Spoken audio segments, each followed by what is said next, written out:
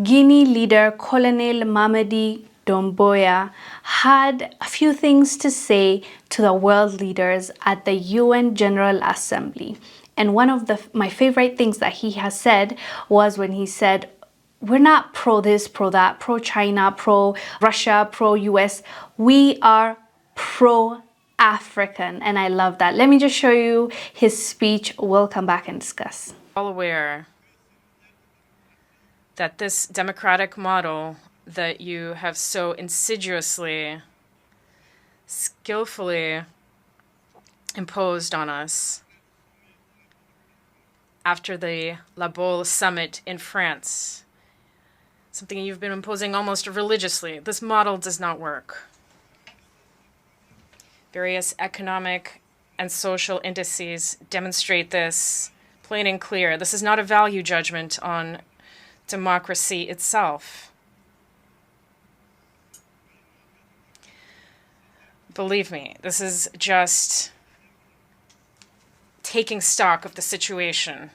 It's a balance sheet. Over several decades of chaotic experimentation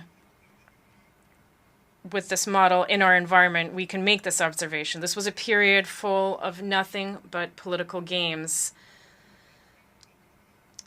And this, of course, has been to the detriment of what is essential, namely the economy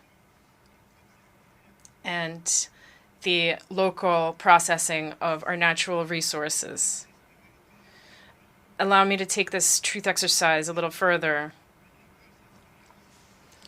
Through my short but very intense experience of managing a state, Guinea, I have come to better understand the extent to which this model has, above all, contributed to maintaining a system of exploitation and plunder of our resources by others, and a rampant corruption of our elites.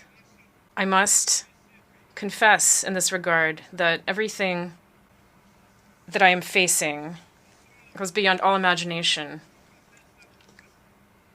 These are the same people who profess democracy, transparency, who denounce poor governance and corruption, who dictate the rules. It is they who, behind the scenes, very discreetly and underhandedly, are increasing pressure to make us cede our national wealth through unconscionable leonine contracts. I understand certain leaders and some of my predecessors who,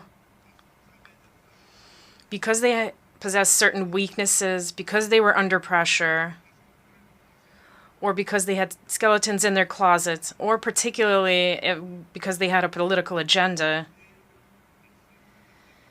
gave in to what was being asked of them. I understand them, even if I do not approve. In some cases, I was even reminded that if I had a political agenda, I would be less comfortable carrying out the reforms that my government and I are tackling. One thing is certain. We have but one concern, and that is the well-being of the people and living together. This is our priority. The African people are tired,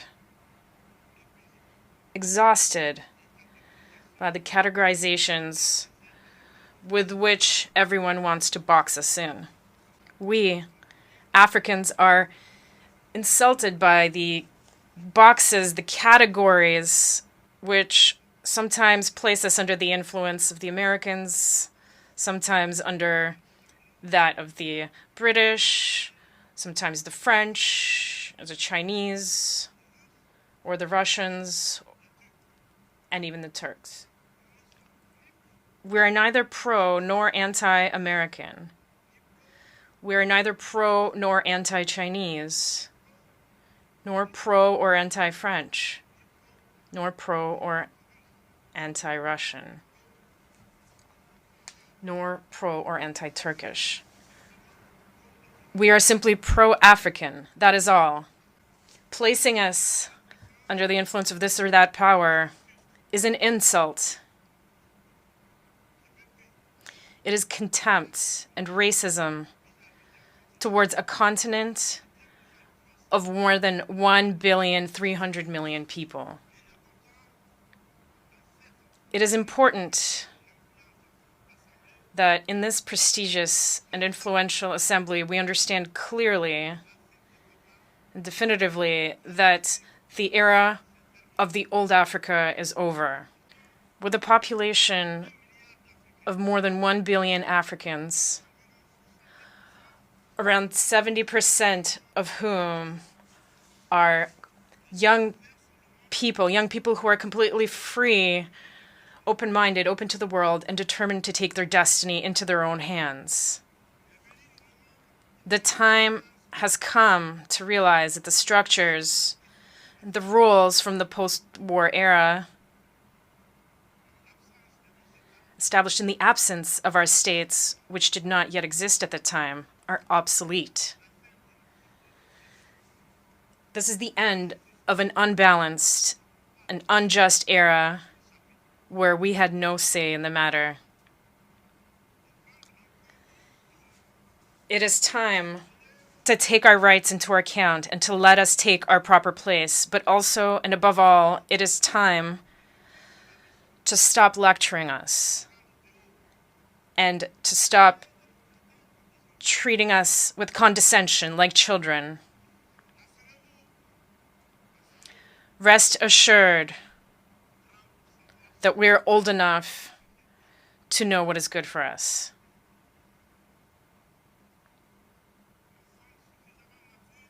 We are mature enough to define our priorities,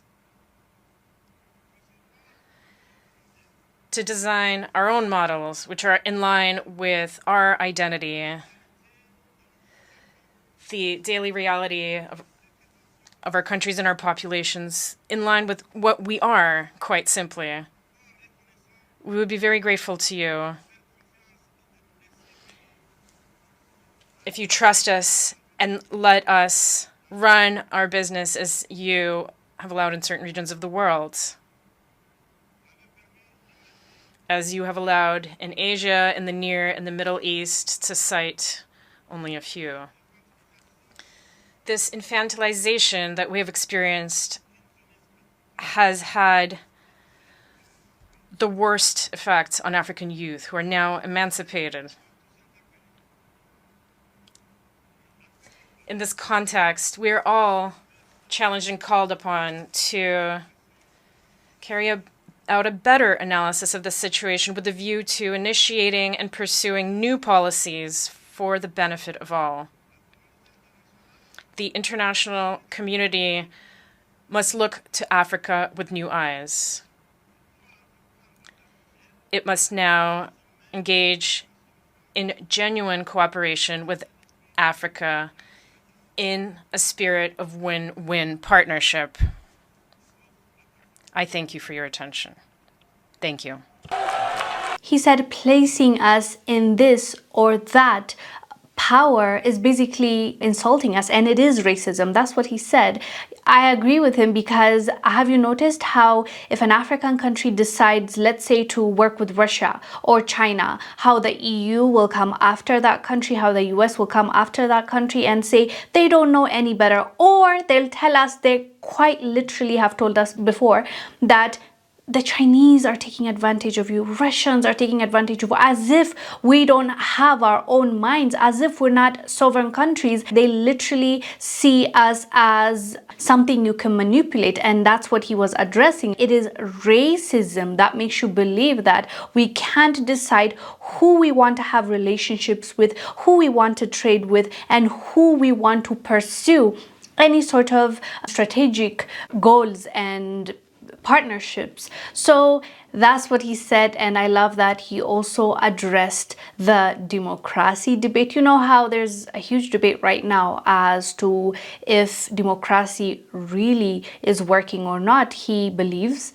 that it doesn't work, and many people believe that as well. Some people might say it's not perfect, but at least it's the best thing that we have right now. But at the end of the day, we know and we are seeing how it's being used against especially vulnerable countries and nations. So democracy is basically something you want to say when you want to pass on that mentality that you care about the people, you care about equality, but that's not what we see on the ground. For example, the United States always speaks about how they believe in democracy, but they will call out a nation that they're not crazy about when there's an election that has gone south and that's not really doing what they're supposed to do. Like, it's not a just or a fair election, right? They will call them out, they will put on sanctions. But the same thing, or even worse, will happen to one of their allies, one of their puppet leaders' countries, and they will say, oh, nothing to see here. We think this was a democratically elected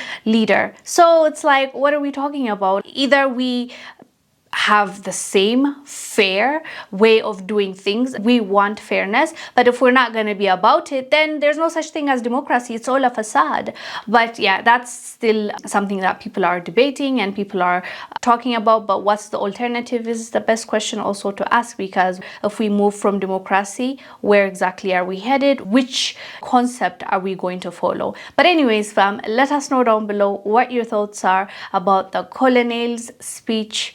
I am Wongel Zelalem. I'll see you on the next one. Bye.